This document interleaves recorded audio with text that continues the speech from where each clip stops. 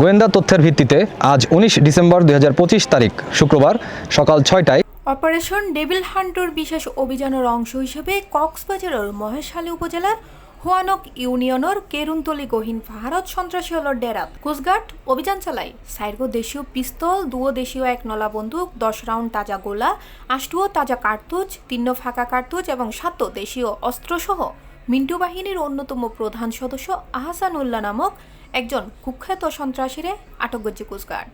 কোস্টগার্ডের দাবি আটক ব্যক্তি আওয়ামী লীগের একজন কুখ্যাত সন্ত্রাসী মিন্টু বাহিনীর সদস্য।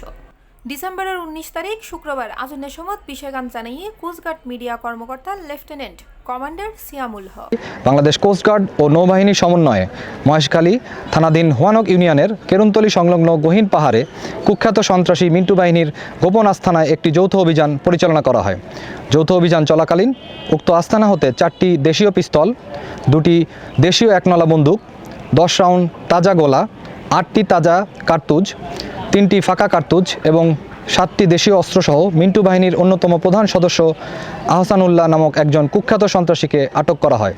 জিজ্ঞাসাবাদে জানা যায় উক্ত ব্যক্তি নিষিদ্ধ সংগঠন আওয়ামী লীগের সাথে যুক্ত এবং পতিত ফ্যাসিস্ট সরকারের চিহ্নিত সন্ত্রাসী। বিভিন্ন নাশকতামূলক কর্মকাণ্ডের মাধ্যমে উক্ত সন্ত্রাসী জনমনে আতঙ্ক সৃষ্টি করে রেখেছিল। জব্দকৃত আগ্নেয়াস্ত্র ও আটককৃত সন্ত্রাসীর পরবর্তী আইনানুগ ব্যবস্থা গ্রহণের কার্যক্রম প্রক্রিয়াধীন রয়েছে।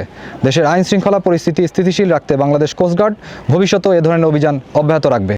C plus TV Chittagong.